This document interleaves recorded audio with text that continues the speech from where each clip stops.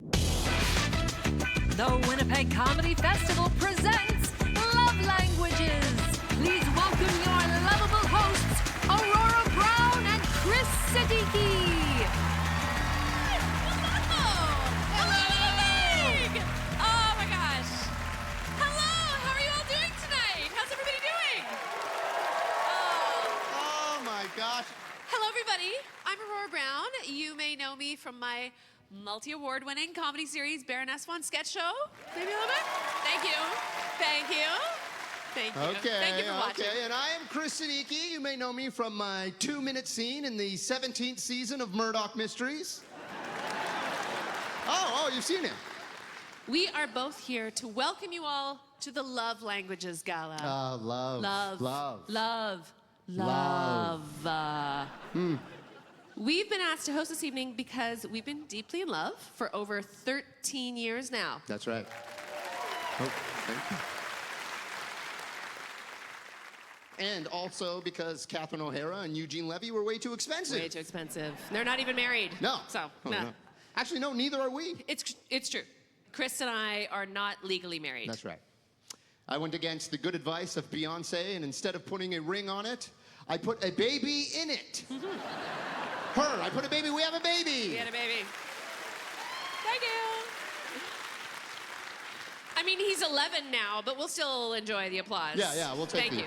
No problem. Absolutely. But actually, babe, did you know that there are 5 official types of love languages? Yes, I did, because I Googled it right before we stepped out on here on stage. First of all, there's gifts like flowers, chocolates, Weed. weed chocolates. Weed chocolates, yes, I love those, are gonna be lovely. You go absolutely. those. Yeah. Or like these beautiful shoes Chris got Yeah, me. show Look them, at show these. them off, show them. Check them out. Designer, nice. expensive. And I give Chris the gift of daily access to my boobs. Yes, show them. Oh, okay. Oh, you know what? It's so much untucking. Later Another show, time. the Another later time. show, Later time. We'll get Later another time. Then, of course, there's words of affirmation. You know, like we don't even say I love you to each other anymore, right? We just look deep into each other's eyes and we whisper, I don't hate you. Yeah. Now, that may sound weird, but the longtime marrieds in the crowd, they know what I'm talking about, right? Yes. Because how many times have we all dated the person that we actually really detest, but they're super hot, and then the super hotness goes, and you just fucking hate them. And every day, I can say, I don't hate him is a victory, right? I don't hate you. Of course, the last one is acts of service. Acts of service. Yes, this one is very important to me because the only act of service I need from Aurora is just for her to be herself. A white woman. Am I right? I am a white woman. This is the safest I've ever felt in my life, right? Brown guys, black guys, everybody get yourself a white woman.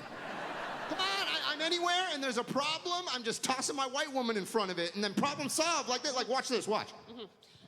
Excuse me, he would like to speak to your manager. Excuse me, we would like to speak to your manager. Oh, yes. He would like me to speak to your manager. See? There you go. See, any act of service, it's the best. It works in almost any situation. That's how much I love him. Well, you know what? That brings us to our final love language, which is quality time. I don't know about you, but we've had nothing but quality time during the pandemic. Yeah. Everyone's had nothing but endless amounts of quality time with their spouse. Apparently, divorce rates spiked after the first lockdown. Oh, well, that's awful. Yeah. Because actually, we've never been stronger. It's true. Yeah. We were planning our wedding before the pandemic, and we've just kept replanning it over and over and over and over. Oh my God. What? Babe. Yeah. We are in a hall with a large group of people. We could just get married right now. Oh. Yes. Oh my God. We can do it. Oh my God, this has been my dream, is to get married in front of a large group of strangers in Winnipeg. Yes! Oh my God, let's do it. We may never get another chance. Okay. We'll do it up here. Okay. Babe, Yeah. I promise Yeah. to always support you whenever you are playing the hardest level of your video games. I promise Yeah. to always let you borrow my toothpaste when we go on the road to host a comedy festival and you didn't pack any. And I just promise to keep on loving you and laughing with you and just being the best parents and human beings that we can be together forever. And babe, I promise that I will always and forever continue squeezing your boobs. Oh, that's amazing. I love you. I love you. I love you. Okay. Now you all get to be the officiants, okay? So when I count to 3, you're all gonna say back to us, I now pronounce you husband and wife. Got it? Okay. 1, 2, 3. Oh my God, we're married! Thank you so much, Winnipeg! We did it! Thank you! Oh. Aw. Well, Thank my you. friends, we've got a great show in store for you tonight. You guys ready to get this show on the road? Woo! Oh my God, all right. The act of falling in love produces chemicals that stimulate your brain the same way drugs do. Yeah, that's right. And over time, this effect wears off. Yet, there's a surefire way of staying in love. That's right, drugs. Drugs. Yeah, clap for drugs. Now, for a comic who prefers to take love in microdoses, please welcome Allie Pierce.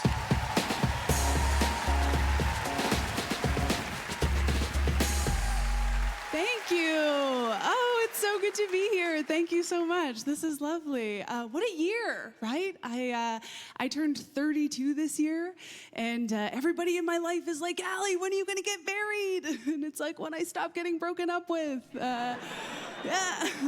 It's like a huge part of it. Yeah. My cousin got married. She called me a month later. She was like, I'm getting a divorce. I was like, I haven't even had my next period yet. So, yeah, it was wild. And I gave her a cash gift, but I was like, your marriage was less than 30 days. Like, do I get a refund, you know? What's the policy here? It's just a bit silly. It makes me feel like weddings are a pyramid scheme, you know? Because everybody at the top is making a whole bunch of money. And then their friends and family are like, yeah, I guess I'll invest, sure. And then 6 months later, you're like, what do you mean the company doesn't exist anymore? What? How do I get a refund? It's like, oh, you don't get a refund because one of the founders of the company already put your money into a stripper's pocket, so it's gone. Not a pocket, you guys know what I mean. My cousin is doing just fine, by the way. She's already dating somebody new. I was like, let everybody have a turn, you know? Maybe it's not for you. And then she called me, and she was like, I think he's the one. And it's like, oh, he's not. You know, right? He's the second one, so. I was dating someone when she was getting married, and he was supposed to come to the wedding with me, but he's terrified of flying and commitment, so didn't make it. When we were together, we had a pregnancy scare. It was really, really scary. I was like, hey, my period's late. What are we gonna do? And he was like, don't worry about it. We are gonna smoke some weed because you need to relax. And I don't know if it was like the unemployment in his voice, but I immediately got my period. Yeah, just like that. Actually, that guy, when we were together, he said to me once, he was like, you know, Allie, I don't know if anyone's ever told you this, but you look your absolute best during sex. Wow, what a compliment, you know? That's great. I'm like, because now I think about that all the time. Like, I was coming here tonight, I'm like, oh, I really want everyone to see me at my best, you know? It's like, wow. It's like, that's what I want. I want the world to see me at my best, but I can't lie around getting plowed all day, you know? I'm too busy. I'm not that busy. I could do it. But I do think about it a lot. Like, I had a job interview a couple of weeks ago, and I was like, oh, I want to look my best, you know? Like, what do I do? Do I bring a dildo? That? It's an HR issue, I think. And you know what? I'm just gonna tell you guys this. I'll just be completely honest with you. I've never used a dildo. I'm terrified of them, okay? Yeah, they're not attached to anything, you know? It's like, what happens if I let go? I could absorb it. It's just, I don't like that. I'm trying to lose weight, you know? You know what? Here's the thing. I would never use a dildo because my least favorite part of sex is penetration, right? Ladies? We're all in this together. No, I like the touching and the kissing and the crying, but I don't, yeah. I hate men. I do, I hate men. But I can't stop dating men, you know, because I love having things explained to me. So, just, yeah. Yeah. I don't think this is correlated, but now I'm like, oh, I want to date a serial killer. Like, that's a thing that I want, you know? I don't know, maybe it's like the podcast or something, but it's because the news makes them sound amazing, right? The news is like, Kathy's killer was smart, attentive, and charismatic, making him the perfect killer. It's like, yeah, or the perfect boyfriend, you know? Kathy sounds a little ungrateful. I'm just saying. Say what you will about a serial killer, but ladies, he's not afraid of blood, so. That's right. We like it. It's crazy because, like, I am a 32-year-old woman, but I don't know my body at all. Like, I really wish that I did, but I don't. Like, I don't even really know where I pee from, you know? Like, do you guys know? Because I honestly don't know. I'm not an idiot. I know I have 3 holes, but it's like, where are they? You know? Because, you know, there's the hole that I pee from, wherever that is. The hole that I have sex with, and my vagina. So, my name is Allie Pierce. Thank you so much.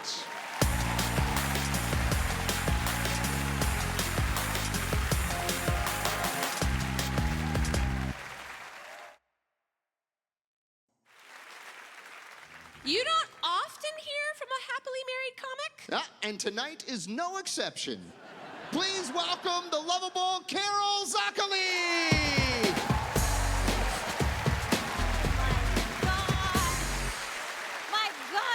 Thank you so much, Winnipeg. Isn't it good to be out of the house, guys? Oh my God, thank you so much. Folks, I am one of those people who started the pandemic married, and unfortunately, is still marrying. So I'm on therapy twice a week, okay? Quarantining with my husband made me realize how much I love him. And I love him for 4 hours a day. After that, get out of my face, okay? I promise him to stay with him till death us apart, but not every day, okay? Staying here with my husband for so long made me realize that I only knew about 30% of my husband's farts. There was a whole world of farts that I wasn't aware of. The gym farts, the office farts, the subway farts. They're all home farts now, okay? I'm not happily married, okay? No one is, all right? No one is happy single either. I'm glad the world is ending, you know? I mean, I'm married because I'm afraid of dying alone. Very afraid. And that's the only reason why I never killed my husband. That's... And I have a lot of girlfriends that are single because they're comedians and no one dates female comedians, you know? But one got a boyfriend and she told me that she totally understands my pain. I'm sorry, but a boyfriend? Bitch, that's single, okay? That's nothing. All right? A boyfriend can go away at any time and you are free to go too. That's not a relationship, okay? A relationship is when your poor life choices has a face, okay?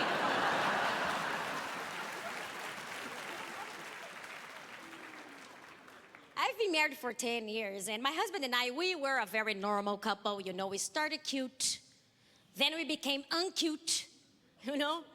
Because that's how it should be. You know, because if you're a couple and you want to be faithful, it's important to slowly become a gremlin, you know?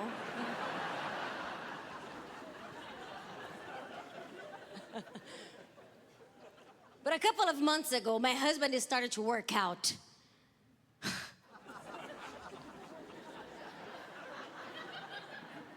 He's breaking the one rule of monogamy. The one rule of monogamy is clear. We're giving up together. What are you doing, buddy? And he was like, oh, Carol, you can also change your life for the better. Oh, I'm sorry. You want to change my life for the better? Thank you, Oprah. Oh. But I didn't get married to change my life for the better, okay? I got married to wear Crocs in public. All right? But people say that women usually date men that are similar to their fathers, right? Have you heard that? My husband's an IT professional. My dad was a criminal. So to make my husband a little bit more similar to my dad, I turned our marriage into a prison, you know?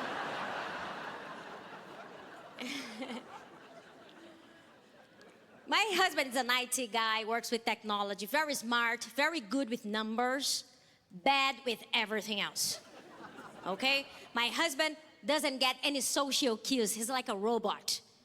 Not a Roomba, because he doesn't clean the house, but yeah. My husband works at a tech company and they have their casual dinners, you know, because tech people are casually rich. You know, they didn't inherit their money. They're self-made assholes, you know? And his boss's wife is one of the most boring women I ever met in my entire life. Okay? The woman only talks about her diseases. Okay? Because she's a millionaire, but she suffers, okay? Carol, money does not bring happiness. Yoga does. You know? And she likes me. She says that I'm a good listener. I'm not. I just don't like to talk to her. That's all. That's all. And my husband can't help me. He's a robot. He doesn't get any social cues. One day we went to one of those dinners, and I told him, when I give you a sign, you come and rescue me from this woman, okay? And we went there. The woman starts complaining about food allergies. The only thing she can eat is a vegetable that grows under a rock in Zimbabwe, you know? And I look at my husband and I raise my brows and my husband.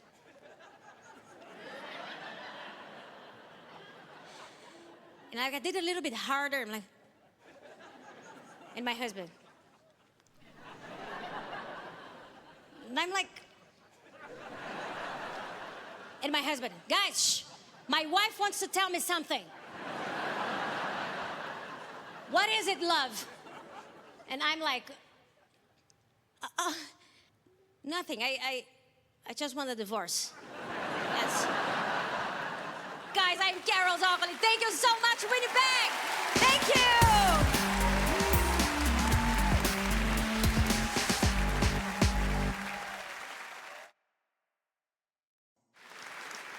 Hey, babe, do you ever wonder if you could do better than me? Wonder? Never. Oh, babe. I know I could. Please welcome Jeremy Furlong.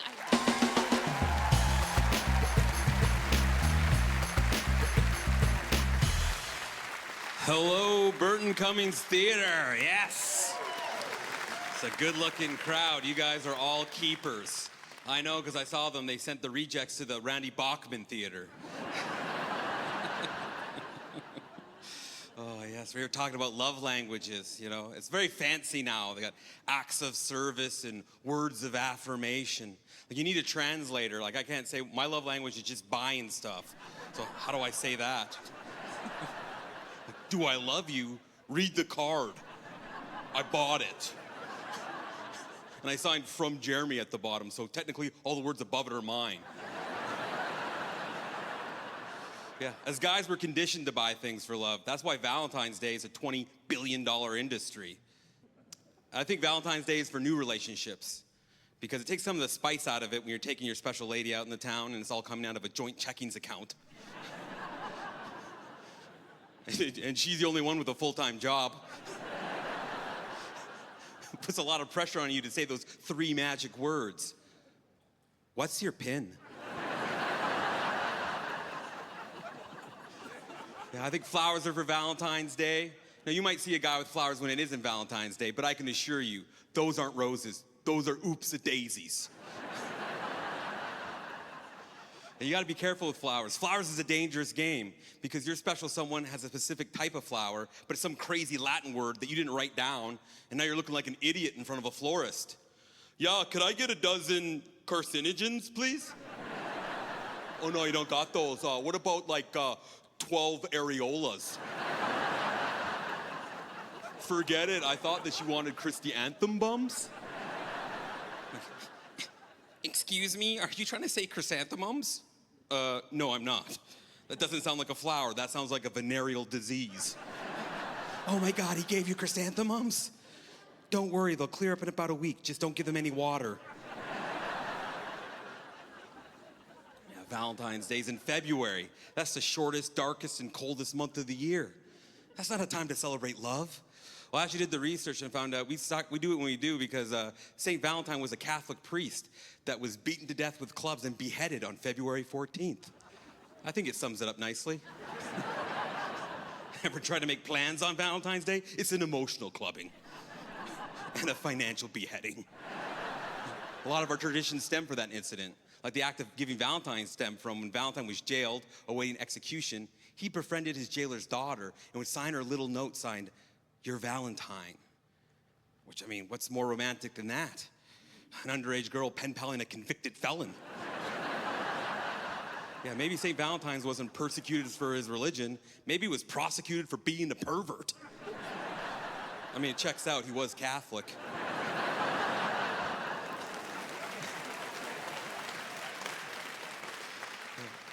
That's a history and current events joke.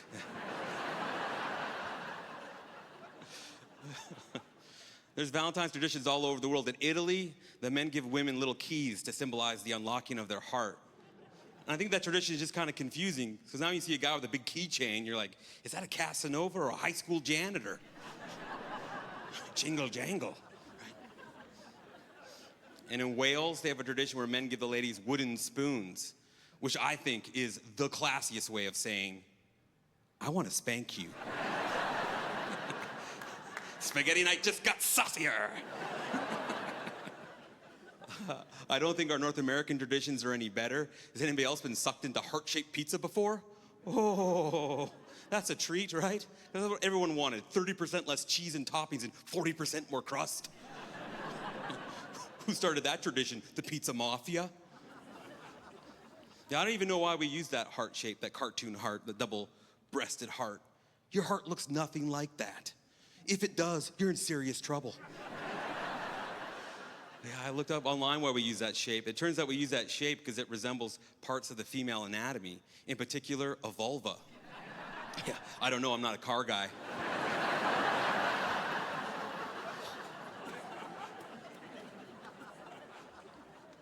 I think my biggest problem with Valentine's Day is that it isolates and shames single people. So I'm proposing we make some changes and make it more modern, more inclusive. So I propose we turn into like a Halloween part 2. So all the single people get dressed up in costume and go out on the town and go party hard. And then all the people in relationships just stay at home and live with the decisions they've made.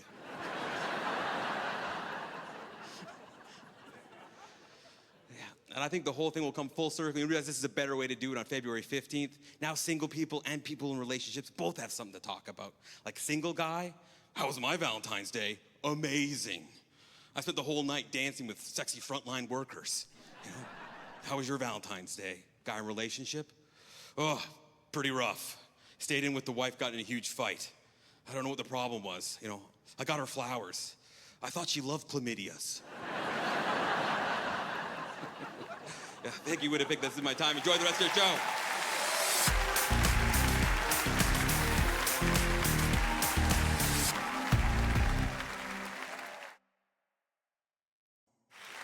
Some people marry for love. Some people marry for money. We plan to marry for Money. love. Oh, Love. money. Oh, who's... Okay, you know what? While we sort this out, please welcome the delightful Toddness. Wow. Thank you guys very much. This is actually, this is the perfect show for me to be on. I literally just moved in with my fiance, so, 5 years ago. So, you know what they say, time flies when you do that. So, I'm not gonna lie, I love living together, because now we do stuff together that we would have never done before. We started watching sports together. Believe it or not, we'd never done that. Okay, it was her idea. She said, you love watching sports. Why don't we do that as a team, right? And I actually love that she came up with that. Because guys, you know, there's nothing worse than when you're sitting around watching hockey all by yourself. And you're like, oh, I wish there was more questions.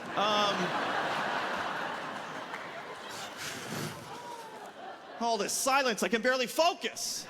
I hate single tasking. I actually love answering questions if they have to do with the game. She asks me stuff that has nothing to do with anything. Some guy scores, she's like, is he married? I'm like, what? He looks like he cheats. This is not why we watch the game. But yes, he does have a cheat face. She asks very good questions. She asks very thoughtful questions to me. She asks things like, how was your day? Right? Girls love that question. How was your day? Right? That's such a nice question. That's impossible to answer. Do you ever try to think about how your day went as a man? It's alarming. You're like, I don't even know how I got home, actually. I don't know. I had a sandwich. That was last week, actually. I don't know. I'm just saying things to fit in. Is this enough? Should I make up more? She did that for months. Every night she would ask, how was your day? For months. And then one time she pointed out, oh, have you ever noticed I always ask how your day went? And I was like, oh, I've noticed. She's like, you ever noticed how you've never one time asked how my day went? I was like, oh crap, I didn't know this was a two-player. I felt terrible, because she was right. She pointed that out. I was like, oh my, I am so sorry. I had to explain myself to her. I'm like, I am sorry. I want you to know, honestly, the only reason I've never asked how your day went is only because I don't care. Come on. No, I care about you. I love you more than anything, but your day. What, are you gonna blow my mind? Would you have lunch on a pirate ship with a zebra? None of this happened. Also, if something cool happened, wouldn't you just tell me? Why you gotta wrap it in a riddle for me to unpack? I don't even know how to do that. I've never had something super awesome happen to me that I cannot wait to tell her. And I think about it all day. And I'm so excited. And I rush home from work. And when I get there, I sit on the edge of our bed. And I think to myself, oh boy, I sure hope she asks all the right questions. Thank you very much, Winnipeg. You've been amazing. Good night.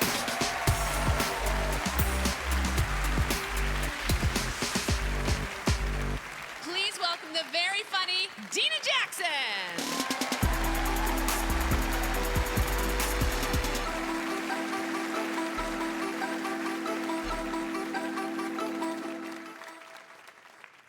Hi, Winnipeg. How you doing? Awesome. I'm so excited to be here. Very, very pumped. I'm also pretty excited because I just recently signed my divorce paperwork. Thank you so much. And if anyone here is interested in getting a divorce, you can do it online now, okay? Legit, it's a real thing. It's called Simple Divorce. It costs $1,000, not bad, right? You can split that with your ex if they're not a demon, okay? But you need to go in person to sign the paperwork. So I did that, and when I got there, I learned that my ex decided to bring his new girlfriend, thank you, to the signing. Yeah, I didn't realize we were bringing dates to this thing. Didn't realize this was the prom. Didn't get the prom memo, but I decided to be the bigger person in that scenario, so I offered them a ride home. Odd choice, I know, but it's because somebody got the car in the divorce. It was me, my friends. I got the vehicle, okay? I got the Yaris. But there was a motive in the offer, okay? Like, I'm not a saint or nothing. And the motive was that I had my boyfriend's vacuum cleaner in the backseat of my car. Okay, so yeah, I'm also seeing someone who owns a vacuum cleaner. Guess I'm doing pretty well. Thank you. So you can get a ride, but of the three of yous, the vacuum's gonna go in the front. I told my boyfriend I was gonna start talking about this in my comedy, and he was like, make sure you let that audience know that it's a Dyson. Right? You don't come back from that. That's like a Rolls Royce, for sure. But I do have a boyfriend now. I am in a relationship, and I went through the whole dating game, and I've actually dated men my whole life, but there is this lesbian couple that I know, and every time I get a little bit tips, have a wine cooler, maybe a Mike's Hard Lemonade. I don't know if it's an evening. I mentioned to this couple that if I wasn't interested in men and I started becoming interested in women, that I would start with them. Okay, just put that out there to this couple. But here's the thing, they didn't ask, okay? At no point did they ask me that. They didn't say, hey, Dena, are you available to join us? That never came up in any of our convos. But as soon as a little bit of the Stella Artois hits the lips, I go up to them like, hey, guys, by the way. They're like, we know, Dena. No, thank you, we're good. There's nothing quite like being rejected from a what-if scenario, right? It's like a whole new level of rejection, for sure. I was recently back in my hometown of Scarborough, Ontario. Maybe you've heard of it. One woo, cool. And I was helping my parents clean out our garage. That's how we say garage in my family, garage, one syllable. And I found this list that I made of my dream guy when I was 16 years old. So I thought I would share it with you if you guys are on board. Are we on board for this? Amazing. So this list is the epitome of why the majority of men I've dated, not all, but the majority, have been bums. Legit bums. You're like, what's a bum, Dena? They're on this list, okay? That's what I'm trying to tell you. So here we go. Keep in mind, 16 years of age. Number 1, plays pool. Plays pool. That's number 1 on the list. I don't even play pool, okay? Could have been anyone with a pool cue. I was not particular at 16. Number 2, has done some light jail time, okay? Like no dead bodies or nothing, but maybe some money laundering. It puts a glisten in the eye. I'm attracted.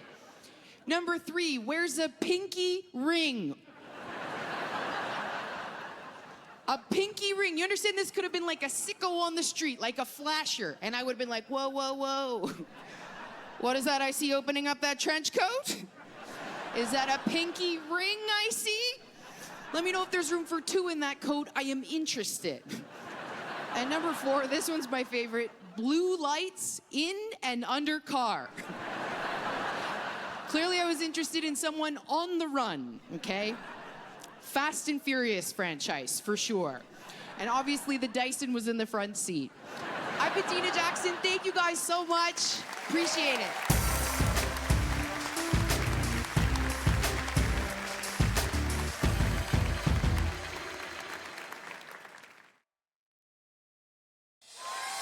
Strap on tight, folks. You're in for some hearty good laughs. Please welcome Ted Morris.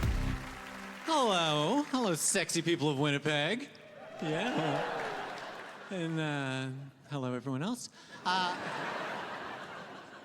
So I've been with my partner for over 20 years now, and I thought we knew each other. You know, I knew all his idiosyncrasies and his likes and dislikes and all that fun stuff. Like, no surprises left.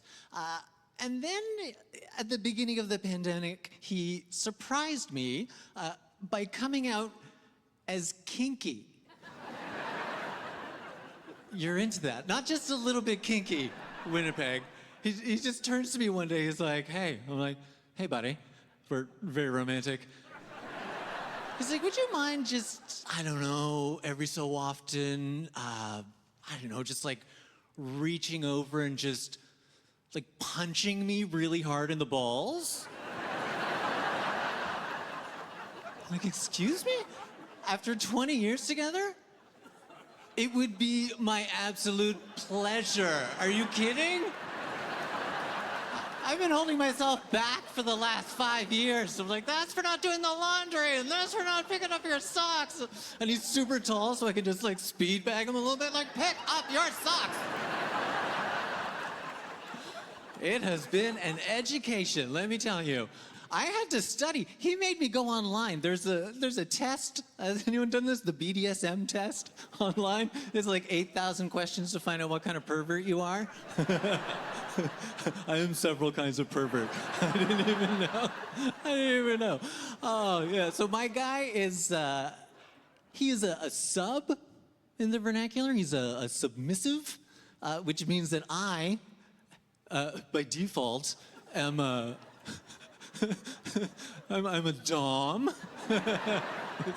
It's not going well. It is not my forte. I'm not gonna lie. It does not come to me naturally. Things have taken a weird turn. Things have taken a very, very strange turn. Our spare room is essentially a sex dungeon. Now, there's like a gimp in the corner. We've got like a leather sling hanging from the ceiling by chains. I have to move it out of the way when I do Zoom meetings and stuff. It's weird. It's fun. It's been a lot of fun. I'm not gonna lie. My guy is. He also told me he's really into role playing, which is super fun. But because we're gay, we have to like overcomplicate it. It can't be like, oh, okay, I'm going to be an accountant and I'm going to come in and audit you, or I don't know what you straight people do. Is that what you do? I'll show you how to maximize your RSP contribution. Yeah, you know what I mean? No, we have to have like scripts and sets, and there's like dance numbers. Like it's very complicated. He's especially into sports role play. Which is weird, because we don't play sports, nor do we particularly know anything about sports. We know. I think it would be more accurate to call it locker room role play. That's probably it. There's just a lot of like towel snapping and jock straps and stop it, coach, that hurts. Like it's fun. So we got to go to Canadian Tire to pick up some more lingerie. Which was a good time. We're like, where's your men's lingerie? Sorry, where's your sports section? Where is your sports section? Guy's like, what do you need? We're like, knee pads. It's like, for what sport? Or like, just like general purpose knee pads. Is there more than one? That's all we need. So that's been fun. Here's the only problem I'm having with this new situation. The first is that I'm pretty sure our dog is homophobic. Yeah. She used to just like leave the room when we'd start to fool around, but now like we'll just like start smooching, and she's like, ugh, and has to get out of her. And now we just like hold hands. She just rolls her eyes, like, all right, you weirdos, I'm getting out of here before someone gets hit. The other problem is the sheer amount of homophobic language that is happening in our bedroom. Our sex life is essentially turned into a hate crime with some cuddling at the end of it. Because my guy, he loves to be disrespected. He loves to be called rude words. He loves to be called the F word. That is his favorite. Not that F word, the other one. The gay slur, rhymes with maggot. That one. I know I'm not allowed to say it, so we'll just change it to baguettes. Huh? He loves being called a baguette. He loves it. And you know what? I love yelling it at him. I've discovered. You like that, you dirty baguette? It's a good time. I understand why people are yelling it from their cars at me. I'm like, woo, this is good. It's fun. It's fun. And this is the biggest issue, though. This seems to be the gay slur that we, as a society, have settled on. So like, everyone's like, this is what we're going to call them. We're going to call them baguettes. Which is a shame, because I was a little gay kid in the 80s, and I used to get called all kinds of fun stuff. Right? I'm not going to lie. I miss being called a fruit. I miss it.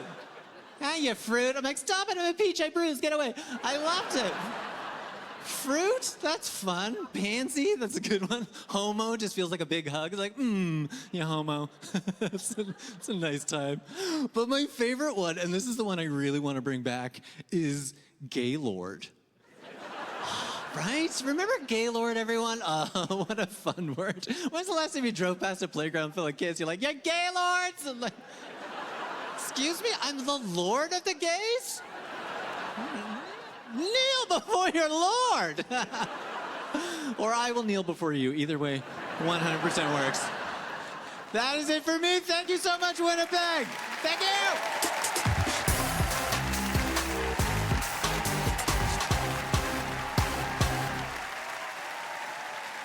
That's it for our show!